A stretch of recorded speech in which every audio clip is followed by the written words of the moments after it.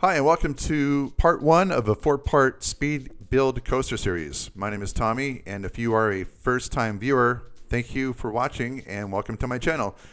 I also want you to please subscribe and click that notification bell as I put out crazy POV videos of movie rides, exploration rides, and sometimes recreations of famous rides at theme parks. This four-part video series I made for all my longtime watchers that have been asking me for years, how do I make coasters in a week? How do I make them so smooth? Do you make the track first or the landscaping first? Well, I'm here to answer all those questions. So without further ado, let's get started. The first question a lot of people ask me is, what do you do first, the coaster or the terraforming? And obviously, by watching the video, you could tell that I do the coaster first. I start off by taking the terraforming of any land that I'm working on, and I just gut it out to the very bottom. I just take all the rocks and dirt and everything, bring it down to the level where you just can't go down anymore, and I start building the track from there. I'll sometimes place the coaster station on the bottom, or sometimes I'll place it at the top, depending on how many lifts I'm going to have and how long the track is going to be. In this case, it's going to be a fairly decent sized track, so I placed the station at the bottom. I did 3 lifts on this one. I'll explain to you why in a few minutes, but this is pretty much how I start all my coaster designs. No terraforming at all.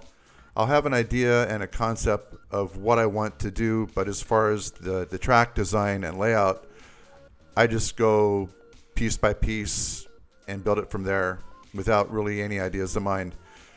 This coaster will not have any inversions or loops. It's just going to be a speed coaster, just to show you how I have my style, how I create it, and how I am able to smooth everything to make a really smooth coaster towards the end.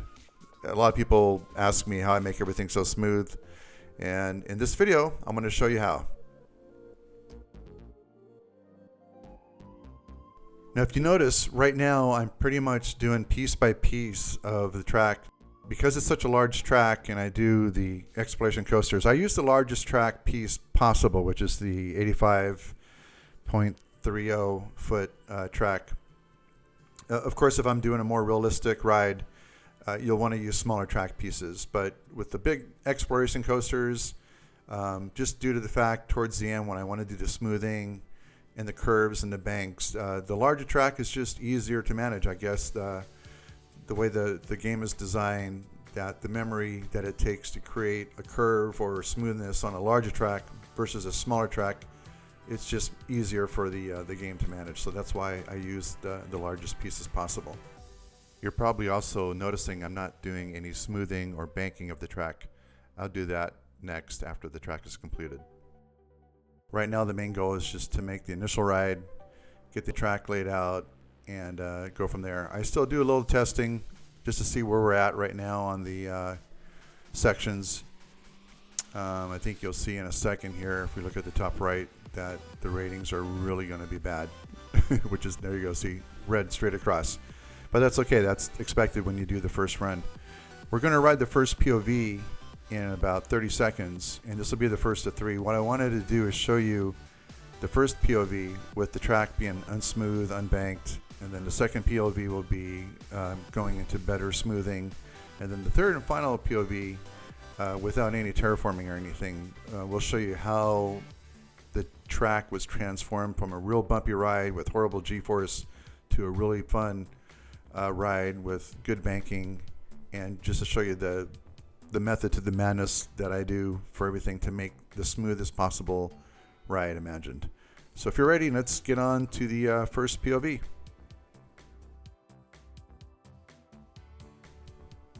Okay, so you have been warned. This is going to be the worst ride of your life.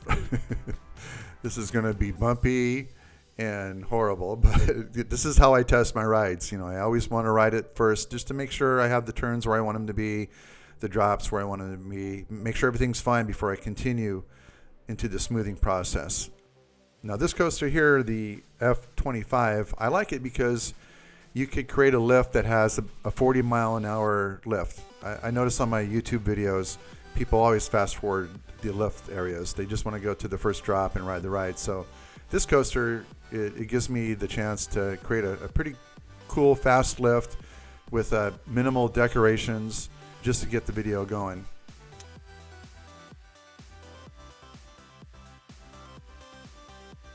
And we're going to go to the first drop. And here we go.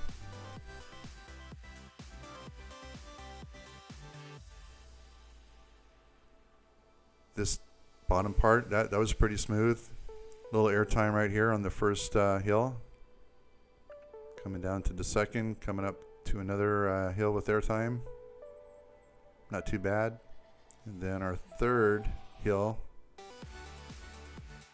All right, this hill felt a little too long, so I think we'll shorten this one out. Again, the track is not even smooth right now. There's no banking, so this is just a really bad ride, but it's going to be better once we're done with it. Now here comes the first double up. I wanted to do a double up on this, kind of like that. Now down here, we're going to do a drop. I wanted to do a bunch of S-turns right here. I like going left, right. So we're going to create some good banking right here to make it smooth. I like this area right here. We'll come up right here. So we're slowing down just a little bit. Let's throw in a couple more hills for some airtime before we get back to the station. And right here we'll go up a little bit, a little straightaway, and we'll come down. And then we'll do our last turn back into the coaster station. So not too bad for a first run.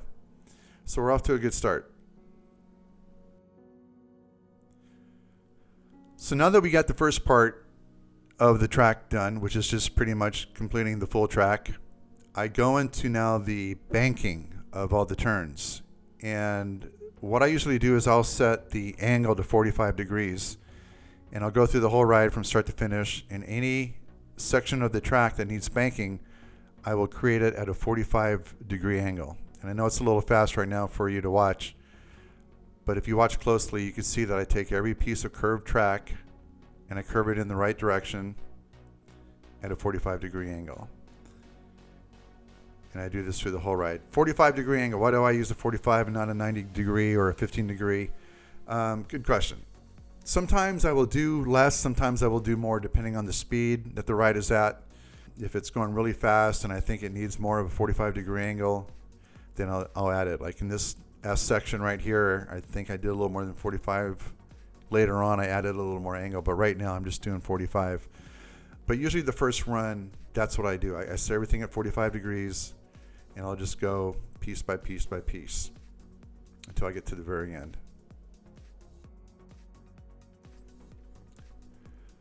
So now we get to the very end. In the second phase is what I would call it. The first phase was building the track. The second phase was adding the curves and the banking.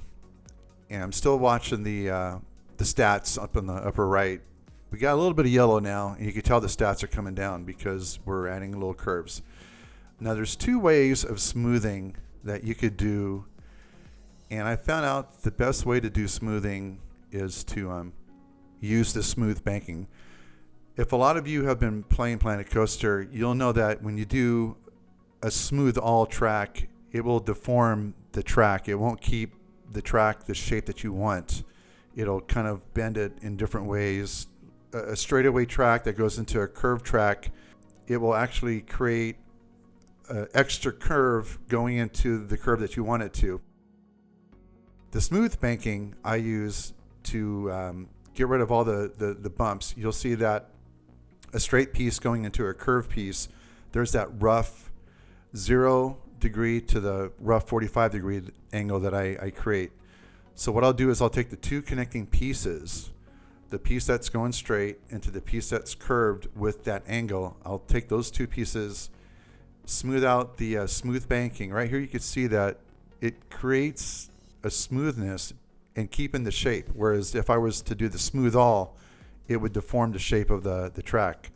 So for this round, using the smooth banking tool is the best feature, I think. It was about a year ago, I believe, when Frontier added these new features for the smoothing of the track. Definitely made life more easier, so thank you, Frontier, for adding these features. Okay, I'm just about done with the smoothing process for this second phase and just about ready to jump into the third phase. Okay, if you can see at the top right, the stats are coming down. We got a little bit of yellow now in the excitement, but right here on this hill, too much G-force. So let's raise it up, get the G-force down, smooth out the track, and I think we will fix this area to become more rideable. As you can see, I pretty much let the coaster ride. I look at the hot spots where there's too much G-force, and I just go one section at a time. With this coaster especially, and especially for this tutorial, I wanted it to be as realistic and as rideable as it could. If it was an actual ride, I know there's no way that an exploration coaster of this size will ever be built. But if there ever was one, at least it's realistic enough to be able to ride. I'm definitely guilty and one to admit that I have created some crazy coasters. If you've seen some of my Future World series coasters, if you see my Tron movie rides, you'll know that there's no way that a human being could live to tell about the ride just because the G-force was just too much and too great. But as an entertainment value and just riding it on a video of a POV, you know, I make rides like that. But for this video and for this coaster, we're doing the realistic approach.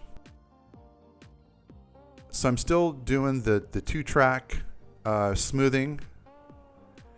And you can see I just go 2 pieces at a time. I guess right here there was a little bit of G-force, so I smooth out that area just a little bit more. Sometimes I'll break the chain and I'll add a little smoothing where, you know, and jump the gun a little bit. Here I'll raise the height a little bit. But usually I try to do everything in parts rather than going back and forth. But sometimes if there's something that I see that needs to be fixed right away so I don't forget, I'll go ahead and make that fix on the fly. So we're approaching the end of the ride, the last couple turns, and the last amount of the smooth banking. Right now, I don't know if you could see, but in the very bottom right corner, you could see the time that I was recording. I think from start to finish, from when I initially laid the first track to when I will have this whole track completed, I think it was about a 3-hour process. So in case if anybody was wondering how long it took for me to do this speed build, it was about 3 hours. And like I said, if you could read the time at the bottom, it's in, you know, US time. I could barely see it, but I could kind of see the minutes ticking. But it did take about 3 hours to do just the track build. Here is the part where I thought, you know, it was a little too long for airtime. Here I'm still getting a little bit of too much G-force, so I'm raising it up a little bit higher to slow the train down. We're going to curve it. We're going to bank it a little bit. But right now I'm just kind of like fixing the heights on everything. I'm fixing the twists and turns so there's not too much G-force, so we could get it at a green rating all the way across for the stats. You know, I mentioned it took about 3.5 hours to do the track in its entirety. But a lot of people ask me all the time, you know, how's it possible that you do a full coaster within a week? You know, it takes me months and months, and how do you do it within a week? And yeah, if you've been watching my channel lately, there was a 2-month period where I did a coaster a week, you know, just pretty much straightforward exploration coasters. Nothing too fancy. I don't think I really did any trigger events or special effects. Now, the rides that I do spend a lot of time on, like my Tornado Chasers, or, you know, my Tron series, or my movie rides like my E.T. ride, or my Close Encounters of the Third Kind ride, those take a long time. Those probably take a few months to do. Even my Future World series, I've got a Future World ride that I think was 15 minutes long, and that took months and months. So yeah, sometimes I could take months to do one project, and sometimes I could do something in a week. And you know, with this coaster that we're doing the tutorial from the very start to the very end took me 9 hours. So, you know, this video and then the other 3 that we're going to show you in actual recording and designing time, it was about a 9-hour design to do this whole thing. But this is the basics of the basics, just to show you guys, you know, that some of the tips and tricks and techniques that I use. You can see here, there's still some purple spots where there's too much G-force, so I'm smoothing out the track, getting rid of those purple areas. So when we do ride the ride for the second time, which is coming up in about a minute, you'll see the difference between the first POV compared to the second POV. Then after the second POV is when I'll go into the final smoothing stage, where I will be using the Smooth All tool combined with the other tools, just to create the absolute most smoothest coaster track ride experience that we can. And that's where the magic happens, is when I do the final stages, where I get everything super smooth. Right here you can see there's still too much purple at the bottom, so I'm raising the bottom area up. I'm raising these areas here too, just to slow the coaster down just a little bit more, just to add a little bit more of a bank, get those G-force levels down. If you remember the very first time we rode this, it was pretty much red straight across. I think after the next test run, you're going to see that we're getting into the greens and the yellows. Here we go, we're running it. Look at the very top right. It's going to show us in 1 second. And boom, green, orange, and green. Okay, very cool. So the stats are getting way better than red straight across. All right, let's jump on the second POV. And here we go up the lift hill. I'm going to speed it up just a little bit here, just so we don't have to like make you fast forward it. Now remember, the first time there was no banking, there was no smoothing of the track. On this round here, we smoothed out the track, we added the banking, but we still have one more final stage of smoothing to go. So this is the second of 3, and here we go.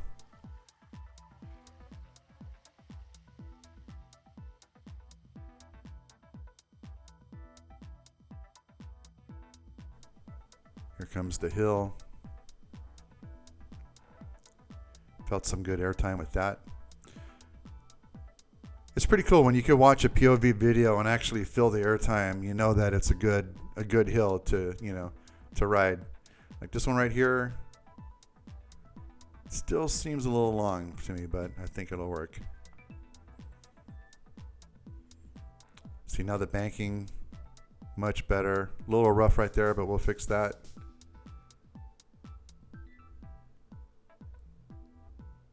Approaching the double up. It's not really a true double up, but it's a small double up. And here comes our, I guess, what do you want to call that? The snake track, the S turns left and right, left and right. Well, that was pretty rough. I think I cracked my neck right there. But again, this is all going to be fixed, and you will be amazed how smooth I get this at the very end. Okay, a little straight way there. Okay. So we're getting closer. Much better than the first run. Good momentum. I think it's an overall good fun coaster so far. Might even be one of my top 10 favorites. All right, so now we're going to go back to the end part here. We're going to apply some more brakes so it's not so much of a jerk stop motion. I'm going to apply this part right here. Just seemed a little too boring, so I'm going to apply a little lift hill, a little extra airtime, add a little more excitement. I'm going to do some small tweaks here and there. That part was the part where I thought we cracked our neck. So that was a little too rough, so I'm going to smooth out that area right there, add a little banking. And pretty much for the next, hour, that's what I'll do. I'll go back and forth, ride the ride, get everything perfect just the way I want it, make sure the speed is right in certain areas. And this part here becomes the most time consuming, just to make sure everything is right. I've got enough excitement on the track. I got the twists right. I got the turns right. I got the straightaways, the dips, everything. So what I'll do is I'll spend like an hour to an hour and a half just going back and forth, riding the sections, doing the dips. So what I'm going to do right now is let you watch the speed build without any commentary. I'll be back in about 3 minutes to continue the commentary and show you how all the final smoothing was done, and then we'll ride that POV after it's all finalized. Be right back.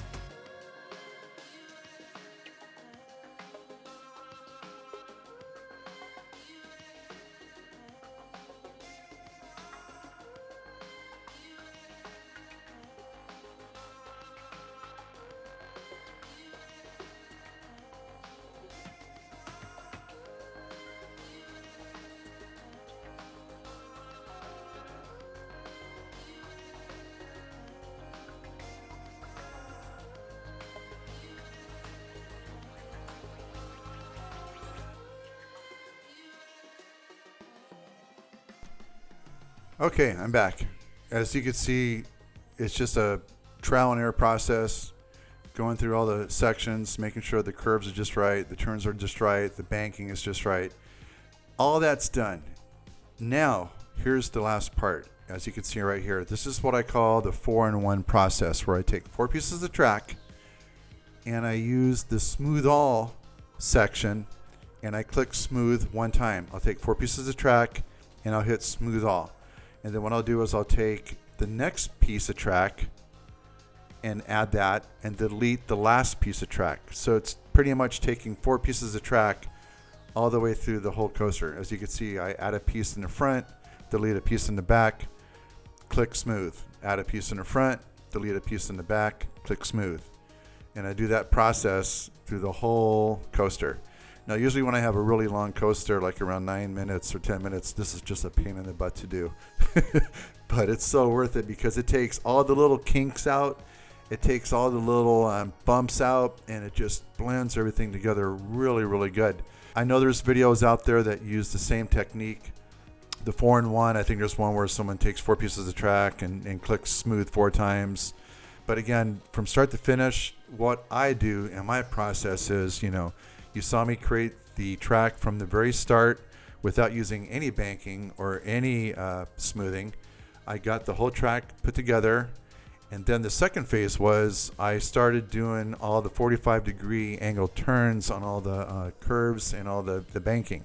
The third process was to take the smooth banking and taking the 2 sections of track that had the sharp curves in them, and I smoothed that out. Now, of course, I went through the ride, adjusted a lot of things, did some pretty much fine-tuning with the banking on the other parts. But in general, those were the 3 phases of the way I built the coaster. This 4th and final phase of the smoothing technique is what really ties everything together and makes the coaster as smooth as can be. And I guess it's what people recognize me for, are my smooth coasters. So if you're ready to watch the third POV, let's get on board. And away we go.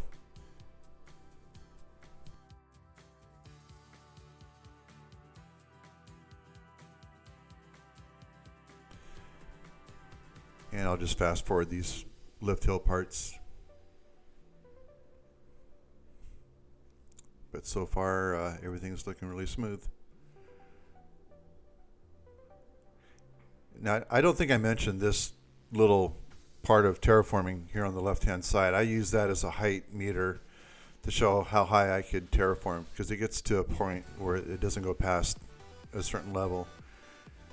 And that's why I put that there, just to mark my spot on how I can make the first lift. All right, here comes the first hill. Pretty smooth. Go down to the drop, into the turn, come back up.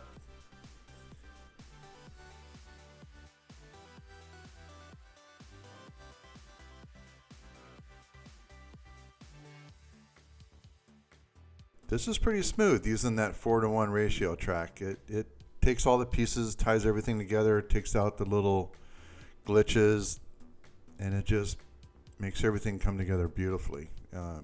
It's a good technique to use. And again, the trick, if you're using the large pieces for your exploration coaster, that's the trick, is to use the longest pieces of track. If you're making a realistic coaster and it's a compact, like if you're making a theme park or a blueprint, you definitely want to use the smaller pieces. So I don't think this technique or the techniques that I've shown you on this video would work for the smaller pieces. They could, and I'm pretty sure they would, but for the longer rides, like all of mine, this is where it works the best for me. Yeah, I'm really happy with the way this coaster track came out. Probably one of my favorites, like I mentioned before, just in the overall theme and simplicity of everything. I just like the feel of the ride. And here we are coming towards the station. Very cool. Let's see what the stats are like. Look at that, all green across. 7.22 excitement, 5.53 fear, and 1.57 nausea. Not too bad. Okay, this will conclude my part 1 of my 4-part series. The next part will be the terraforming of this ride, which will be a lot of fun. I'll show you all the tricks I do to terraforming. All right, if you have any questions, please feel free to ask away in the comments below. And until then, I'll see you on my next video. Thank you, everybody.